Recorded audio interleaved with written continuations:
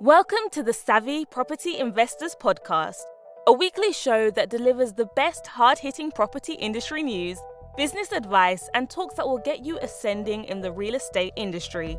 Now, here's your host, the amazing award-winning property and business coach, best-selling author, and serial entrepreneur, Miss Sapphire Gray.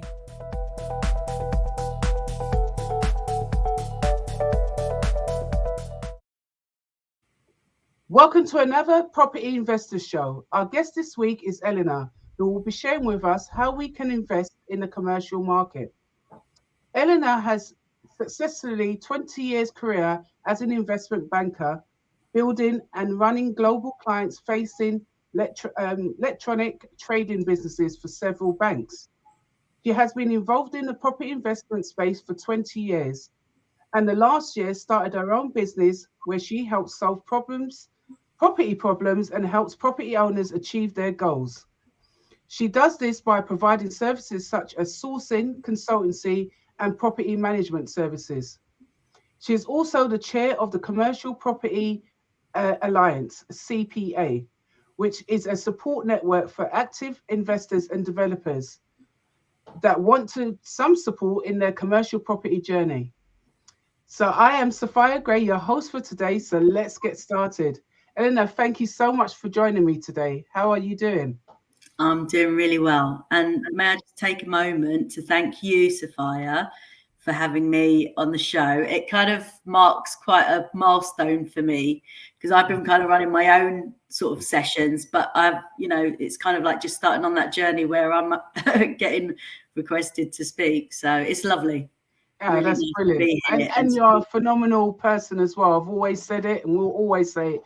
You know, I champion women, and for you to be in this property space alongside other women like myself is absolutely brilliant. And just love your whole essence and what you do and how you do it as well.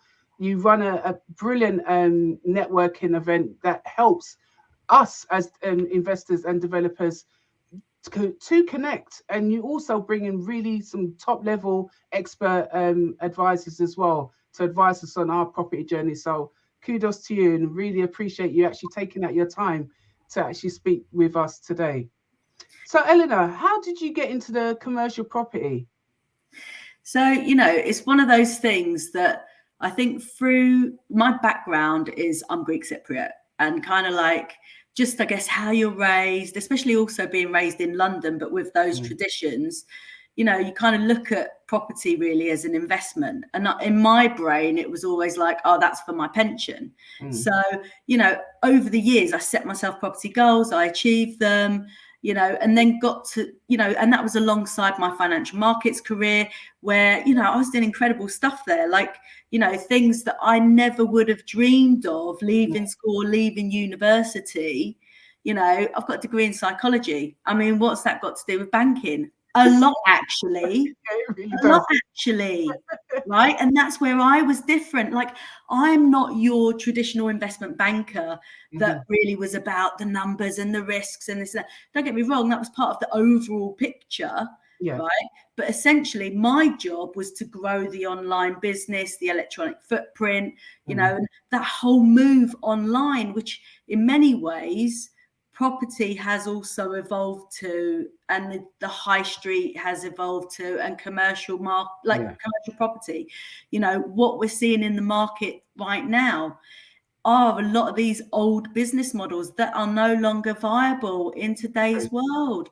And we've got the younger generations coming up, right, saying, I want groceries delivered within 10 minutes. Exactly. And I'll just select that on my app. Thank you very much. I've done that. They're about experience right now. And we, and I say that collectively as everyone, needs to evolve. Yeah, it's true. Very true. Yeah.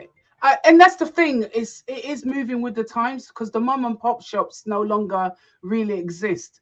And I think through the whole of the last 18 months, it's really come to a realization now that they no longer want to get back into the whole throes of doing a business no more. They're retiring, they're happy to retire. But then what happens with the commercial units? I mean, going through the Commercial Property Alliance, we have seen so much activity through there, people doing different strategies, different things, but in a commercial space. You know, I myself have got so much benefits from using that platform and looking at the deals that are coming on board and people actually sourcing deals as well. I mean, if you take us through a typical thing that happens on the Commercial Property Alliance platform, what would you say that is? What kind of investors and developers do we have on there? I mean, I think, look, if you look at us collectively, we're all sort of in a space where we see there is opportunity. The thing is, there's actually so many different things that someone can do, and it's different for everyone. Absolutely. Right? So, you know, what the good thing about the group is that we can share those experiences. Some people in the group try a strategy. We can see, did it work? Did it not work? What might have gone wrong? What did they need a bit more awareness on? Yeah. You know, those are the things. And for me, you know, I want to be able to provide, you know, associates, partners that can help us, guide us in this journey, because it's hard. And also, you know, property can be so lonely as well. And that's another stream that this gives us. We can celebrate that journey with each other, you know. There is a lot of things that I've attended quite a lot of the meetings. I'm part of the group, so I've attended a lot of the meetings. And one of the meetings that really sprung to mind is when people say, I can't find investors.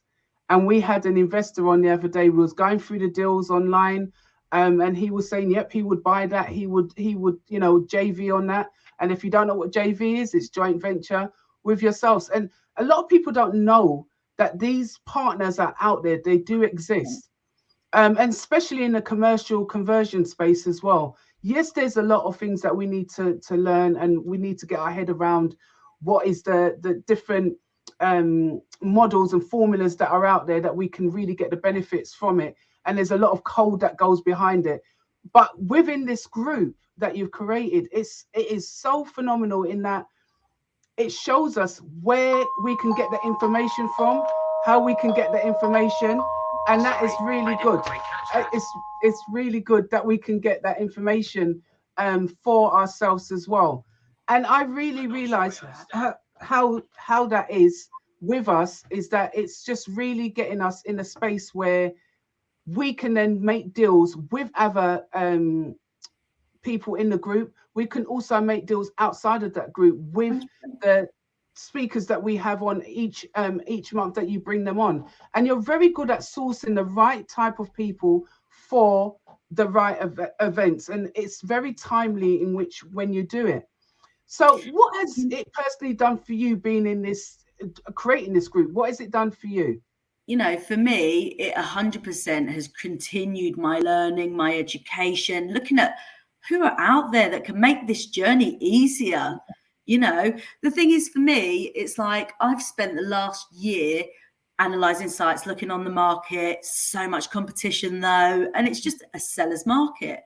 And as you've got pent up frustration, you know, government throwing bounce back loans, this, that, the other, you know, people that have got a lot of cash want to park it, and commercial property and property in general has been a good way.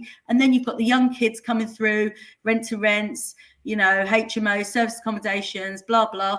But COVID hits, Brexit hits, like, you know, and for me, I've been on my own personal journey, right? Like, you know, and it's kind of like for the last, you know, how I really sort of, you know, got to CPA and how that sort of, you know, how it personally benefits me is, you know, I started to look at the strategies that were out there, and it was trying to figure out which ones were, you know, of appropriateness for me and what I sort of wanted to do, and where that tied up to my life. You know, motherhood, that completely changed my mindset, and, you know, I'm thinking about things differently now. You know, and my focus has really shifted. Like when I was in my investment banking career, I just wanted to do well, and I was given opportunities. I grabbed them, I run with them. I made that into something. I grew the business for the bank, but learned so much in myself in that time, right? Personal development, massive influence in that. And that's a whole separate sort of topic that is still relevant, I feel, where a lot of people, you know, we need to do more on in CPA, because I think there's a lot around mindset. We've not even looked at that yet. The speakers I get on help me in my journey. If you take the last session, VAT and capital allowances, I've got a project on right now. It's pressing in my world right now. And like me are so many others within CPA that, oh, I don't quite get that VAT. Yeah. Can you bring someone that can answer questions for us in the moment? Yeah. That's so powerful. Absolutely powerful. You know? And that's the experience that I have experienced as well, is being able to get all my questions answered, sometimes without even asking it, because it's just there and the professionals are there to do that for you. And that's what I really like about the CPA, because it's like, it really allows you to just be you and in the space. If you're a newbie, you can be there. If you're a seasoned investor, you can be there. You're getting the information and you're collaborating and being in a group. I call it the family. That's my definition of it, because it is like a family. It's everybody pulling together. And when you ask a question, there's so many people that give you the answer as well. It's a massive WhatsApp group, and there's lots of things that go on each day, which is I really love about it. So what is the markets? What is hot right now in the markets, and how do you find sites? Yeah, I mean, look, I think the thing is, there is still a good number of sites that are coming through the traditional markets, right? The commercial agents, the portals that are out there that kind of group them up. The problem that you've got is so many eyes are on them. It's a bit like auction, right? Yeah. What COVID did to us with auction, it moved it online. What that meant was it became more accessible. People pent up at home, bored, looking at auctions. So auctions, typically the sites were going for a lot more. And when you combine that with the other things that were happening in the market, it's kind of created quite a seller's market and a bit of a hot market. It really has. So for me, it's kind of like, okay, well, I just can't be bothered with putting in like best of bids, and I have, right? But it just doesn't feel right for me. And so what I really focused my effort and attention to was really around direct to vendor. Yeah. And the reason for that comes down to more where I'm at in my life. Like, I look at it as these are owners where they're in uncharted territory right now. True. Loads of them are like older, thinking, I've been doing this for a long time. Maybe it's time to move on now. Yeah. COVID's made me reassess my life. I'm down to my grandkids now. I want to enjoy that time. I don't want to be sitting there on sites and this and that and, all those things, and it's really about helping those people, solve the problems that they've got, right? And that allows me to bring in other partners that I'm working with, other areas, people in the group, like I've got. And so where that's sort of led me in a way is to sort of do consultancy. Yeah. And from that, I've just learned so much. Yeah. Right?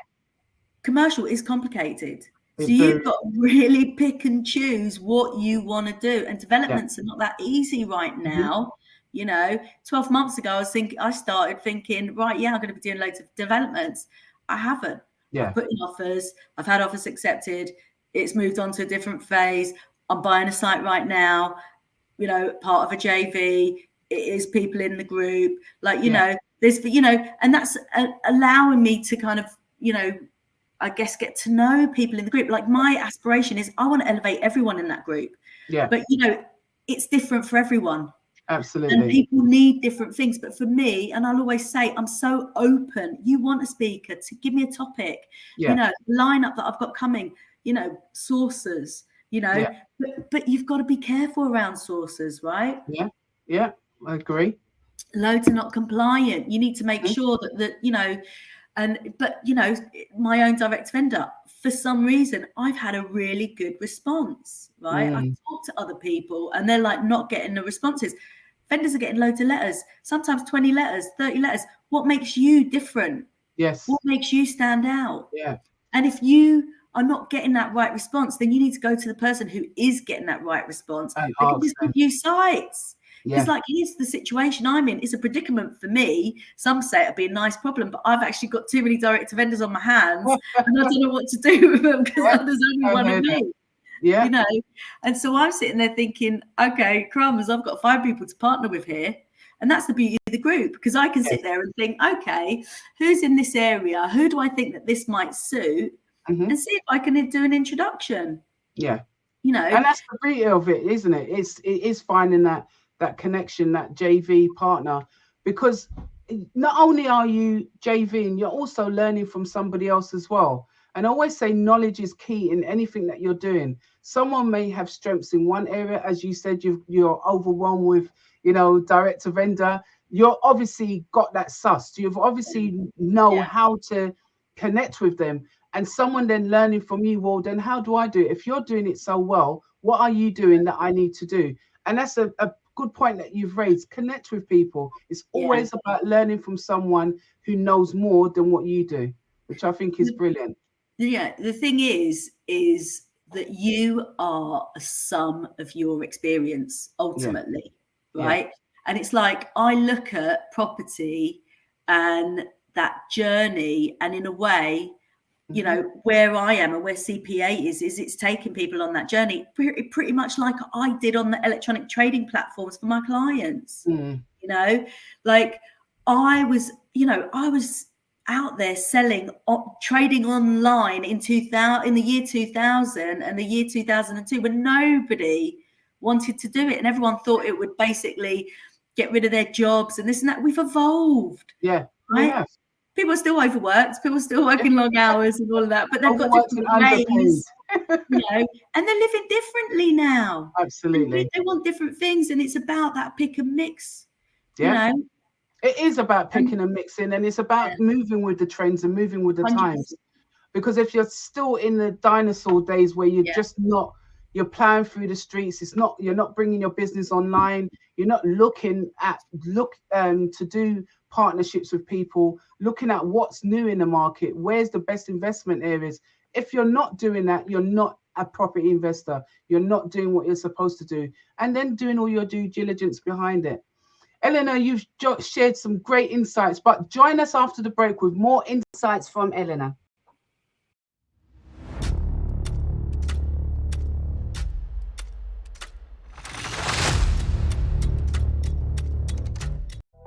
Like what you hear so far? Make sure you never miss a show by clicking the subscribe button below. Our podcast is only made possible by great listeners like you. And welcome back. Thank you so much. You've given us a plethora of information, especially about the journey with CPA. So tell me, how does this fit in with your own commercial journey as well? Because you've set it up. So how does it actually align with what you want to do? So look, when I first sort of started CPA, I was kind of, I guess, in a different place, really. I really was thinking more about developments, but, the kind of how the market's evolved, and you see that there's, Brexit, COVID, decline of the high street. It's, I've been in less of a hurry to get projects done. I've rather observed what's kind of going on in our group, what are people doing, what are the, how is the market evolving, getting the setup and pipeline done so that I've got that, so I'm kind of now, I set something up that will basically bring me, vendors over, the next 12 weeks, months, and that type of thing. And really it's kind of looking at what are the kind of opportunities I personally want to work on, something that I'm less interested in shops and uppers. Don't get me wrong, it is a strategy. It's out there. There's PD opportunities, and there are people that are going to make money from that. There are caveats. You need to make sure the numbers, make sure you've done the due diligence, the risk, all of that, and factor in your finance, right? And that's something that, if people are struggling to get finance, I want to be able to help them, right? I want to highlight and identify there are people out there, but it comes with certain terms and conditions. Be aware of them, see if it's a fit or not. If it's not, where else can you get funding? Right? There's lots of opportunities, and I just think if the deal is good enough, I've kind of, through the group and the profile that's really given me, because it's given me a platform too, I get leads come to me. I had a lead come to me on LinkedIn. I did nothing. It just landed, and someone said, hey, I've got an opportunity here. And I was like, yeah, I kind of, get these, and I'm not a bit blasé, but not. And then I was like, look, send me, because I don't connect with just anyone. Do you know what I mean? I like to have a conversation with someone, because I just feel that we can very quickly get to a point where we don't really know the people we're associated with. And I don't want that.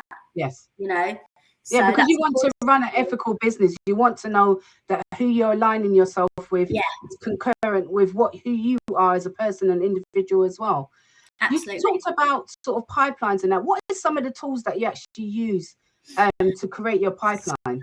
Yeah, so I mean, I use Nimbus. I think that kind of goes without saying, but I think, one of the problems that people in our group have is that they pay for all this kit and they just don't use it. They don't sweat it. They don't know how to use it.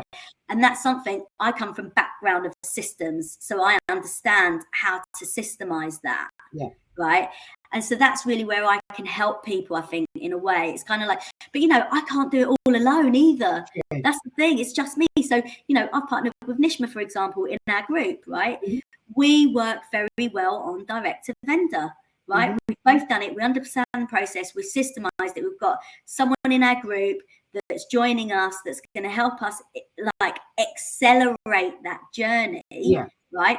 And the best part is, it's a son of someone else in our group. And it's just, for me, that whole support network, doesn't matter where you are. Like, I'm able to help educate someone, someone's son in our group with how to find sites. This is a tool that after no longer being with us is something that's going to reap rewards for the rest of your life. It's a skill I'm teaching, And that's the thing, is not to look at sites like Nimbus and use it as a shiny object. It is there to utilize and really get the benefits from it, and it is a brilliant platform if you know how to use it. And you have to learn how to, when you're building out a business, yes, you're going to have systems that you don't enjoy. Most people don't like tech, but when it's making you money, when it's getting you to where you want to be, is to learn it. And even if you learn the basics and get someone to take it over, that's more beneficial than not having these tools available to yourself. I mean, places like property data, your right moves, all of these places you can look for properties. But if you don't know how to use them well to your advantage, you'll just be doing just like a novice will just go on there and just utilize it, just saying, I've got the tool. And that's not what we want for our audience. We want them to utilize all the available resources that they do have. So what do you think will be happening in the new year with the commercial space? So I think the new year is going to be very interesting, right? Like, I don't think that, this momentum, this level of hotness can continue. I think we'll start to hit a ceiling, and I think we'll start to top out. It'll be combined with things like furlough, ending, and, how many businesses can come out of COVID. We're seeing a lot of banks giving up their sites. How can these be repurposed? There's also the rise of some great future-proofing, business initiatives, right? A requirement for a lot more storage, like Amazon, and, and looking at those groceries and deliveries, like, Gorilla.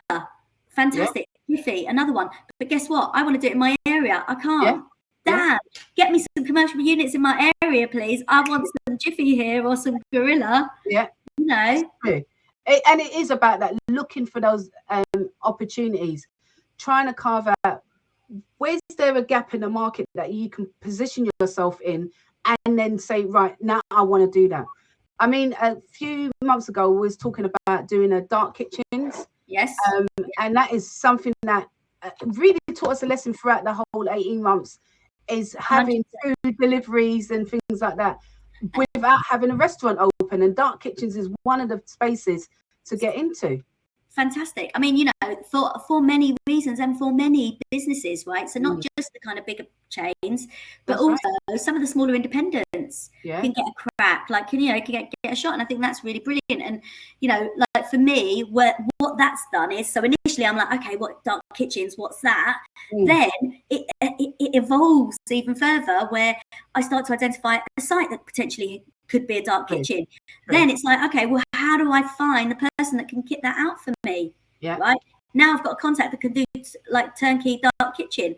I line that up with our group. If anyone in the group has bought a site, thinks they want to turn it into a dark kitchen, let me know. I've got a great contact for you. You know, I want to solve their problems before they become problems for the group, or have a solution ready for the problem. That's where my brain goes. I like that.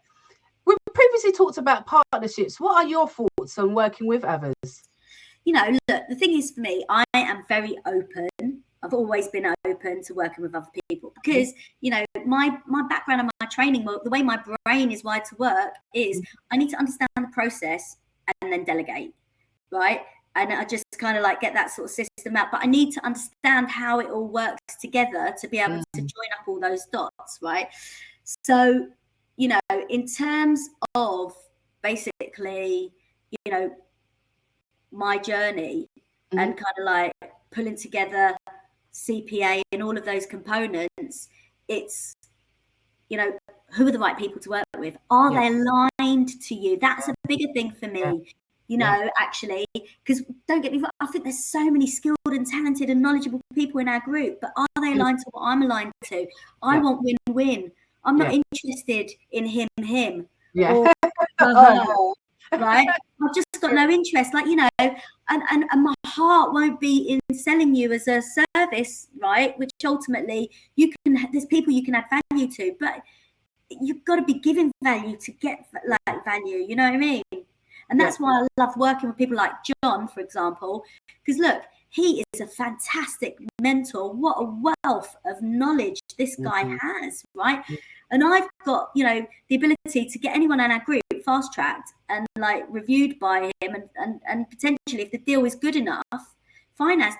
But it's like, he doesn't like every deal, you know, as he shouldn't. Surely he's got his own criteria, but that doesn't mean if he doesn't want it, it isn't good for anyone else. That's right. And it's really about me helping others in a sense of being like, this person in the group, I think that might be a good deal for you, or that might be a good deal for you, or, you know, but it lines up with some people just want to do a paper exercise.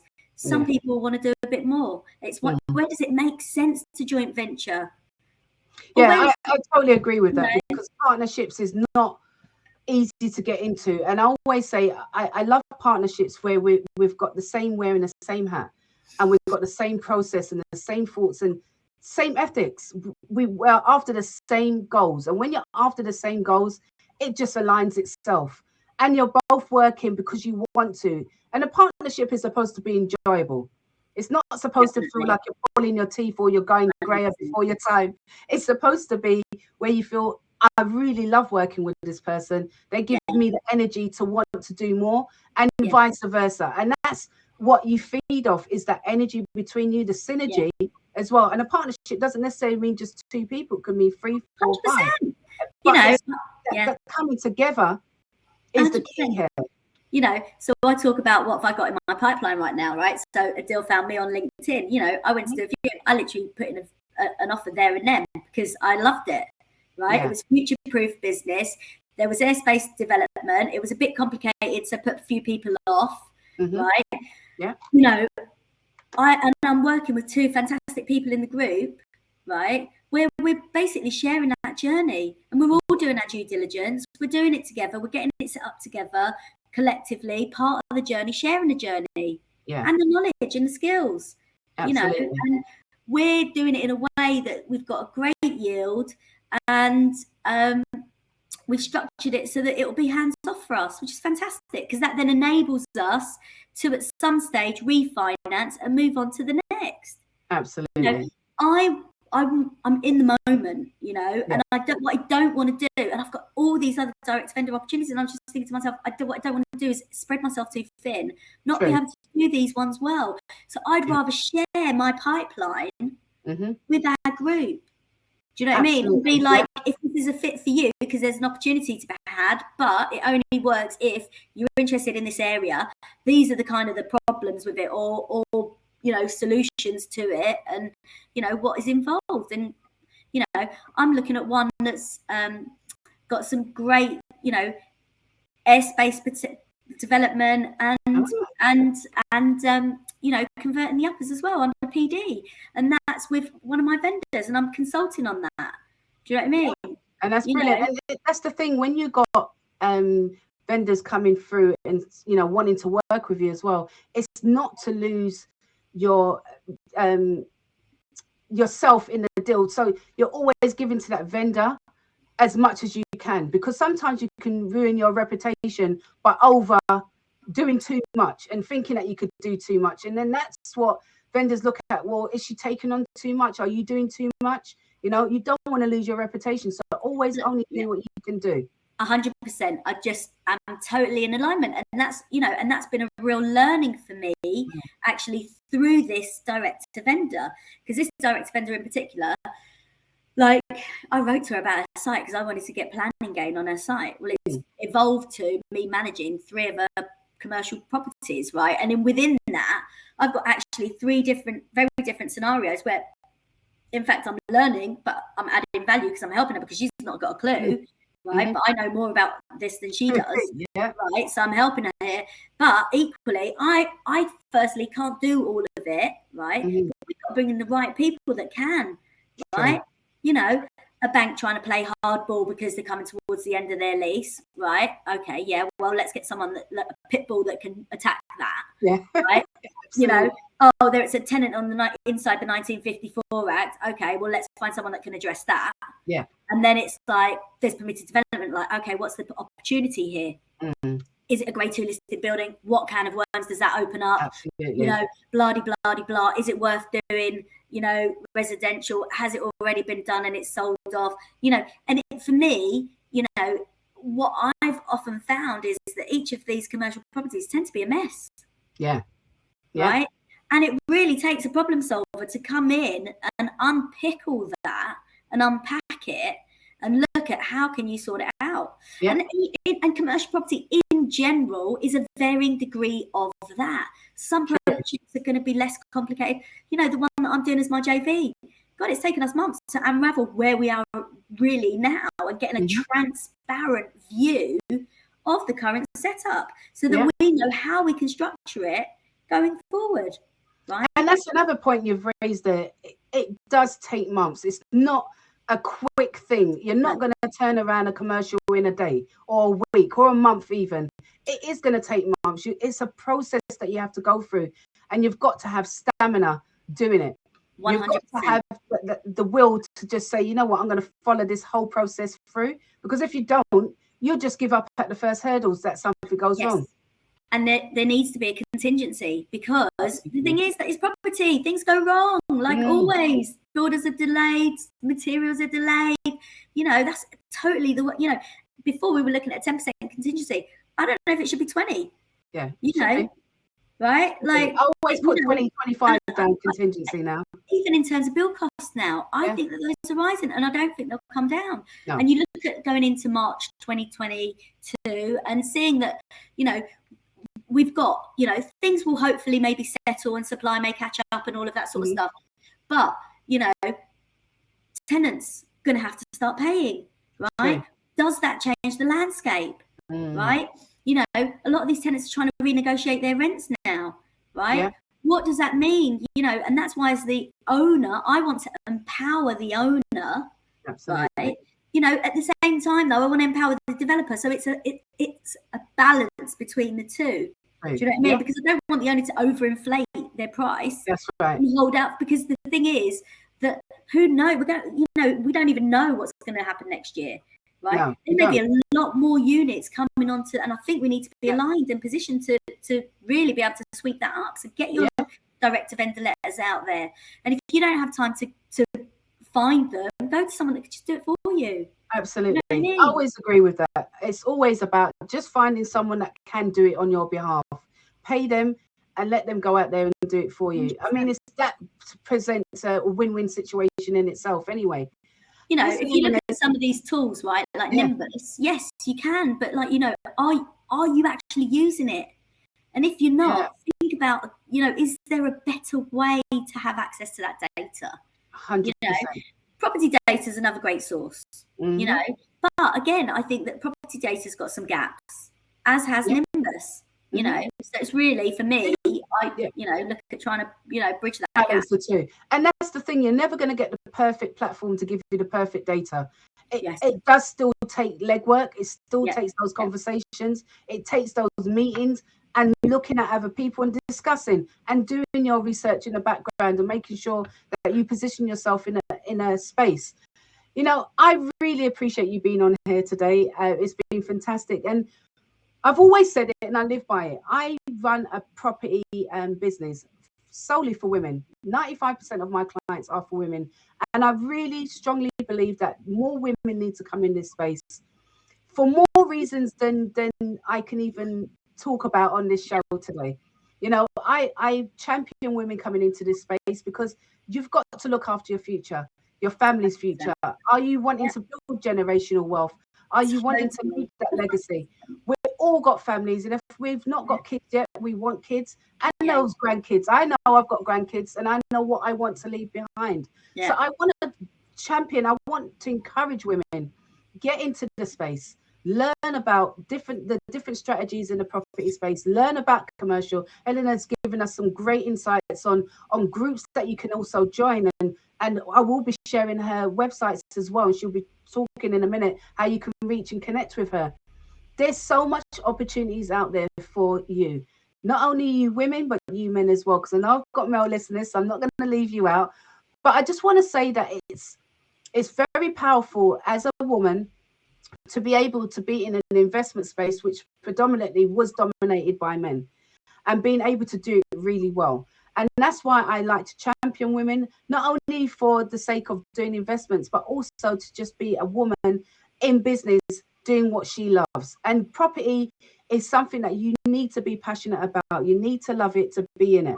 And you need to have that stamina and that willpower to just move yourself forward. And I always say this, if you don't know it, somebody else will. Somebody else will help you on a journey. And CPA is that group, is that place where you can sit in. And if you don't know the information, I know Elena does. I always say she would definitely go out there and find it for you. 100%. Yeah, she's lovely in that space of really helping people move themselves forward and creating what I always call is generational wealth, and building out your family legacy. Elena, it's been fantastic hearing from you today and you sharing all of this knowledge with us. How can our listeners get hold of you and learn more about what you offer? Look, you're gonna supply the links, so reach out, get in touch. For me, it's one of the things I look at is the kind of role models I had in my journey. And it's really important. It helps you to grow and to evolve and to also, I feel, as a woman, step into your power in a way, and I just feel that, what is important for us as role models in this space is to be able to give these younger women coming through, the skills, the resources, help them get over insecurities, the things that are holding them back. Like for me, what I will say just really as a final thought is, personal development, meditation, that's something we yet really to tap into CPA, but I want to do a lot more around that.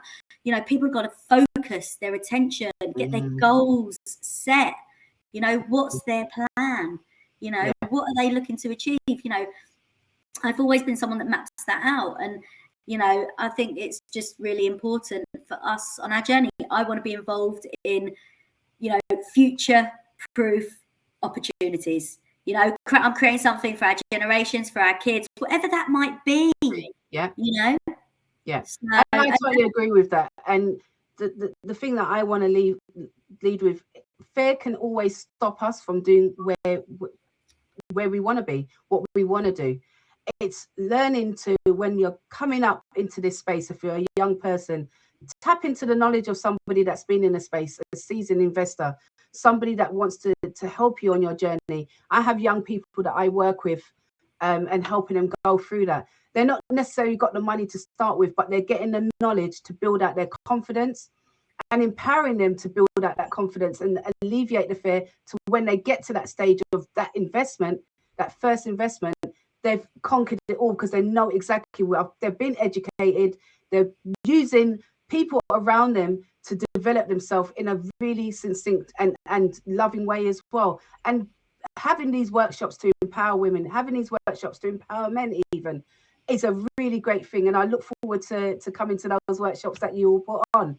I look forward to it very much because I really believe in it's all about empowering ourselves as women, as men, and moving ourselves through our financial journey and not feeling stuck and broke, because there is a way out from that. You just have to learn it and want to learn it. Yeah, but there's nothing, I think sometimes, there are learnings, almost experiences that you need to go through, in order to kind of have that awareness, right? Yeah. And I think that, sometimes you sort of see, people overpay for a site or what have you. Like that's something I've always, set a limit on and really kind of tried to cap that based on my numbers. And, but you see that people don't, and it's like really trying to tell them they really need to make sure that they're buying a site because it's actually really quite risky. Don't do those numbers. And that's really where I want to kind of, that's why I've got an expert to come in, show people how to estimate and there's plenty of people out there. I'm not saying I have to provide you with all of them. I'm stimulating your thoughts in this is an area you need to pay attention to. Yes, definitely. And what's one parting comment you can make for our listeners and viewers today? I mean, for me, I think, firstly, I would say to get to know all of what you have to offer, Sophia, because you are incredible. And I have to say that, obviously you've been a member of my group, CPA, and I've obviously, had some interactions with you, but, it wasn't until we had coffee that I realised what a powerful being you were and how much of what I already want to do you've created and are doing. And I'm like, wow, that's the thing for me about CPA, the quality of the people in the group. It's incredible. And the second, I don't think that you can find another group anywhere else that has this level of quality. And that's the thing as well. It's if you was to put a value on the group, it's priceless. The wealth of information that's in there, the people that are in there, the engagement that's in there, it's just priceless. You can't quantify it. And to learn continuously, if something comes out every single day in the group that you're learning, and continuously you're learning through our Zoom meetings and events. There's people going down to the property show tomorrow. Definitely there. Yeah, and they're meeting up there, and that's the connections. It's always about networking. So we're a little community. We're going to go there to that Property Elevator Live, and we're going to have a CPA corner. All there. Let's see if anyone takes a deal. Who knows? Yes, absolutely. So thank you so much for being on our show today. Really, really appreciate your time that you've taken out and all of what you've shared as well. It's been phenomenal.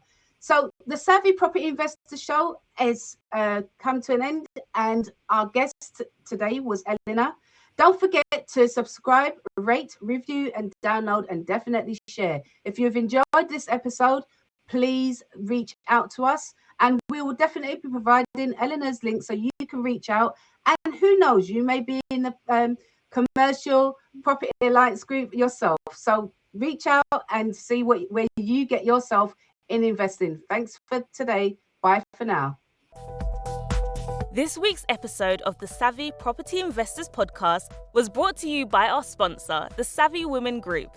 Thank you for tuning in. If you enjoyed today's show, head over to our website, www.savvywomen.co.uk, to gain access to our free resources and more insights about our guest speaker today.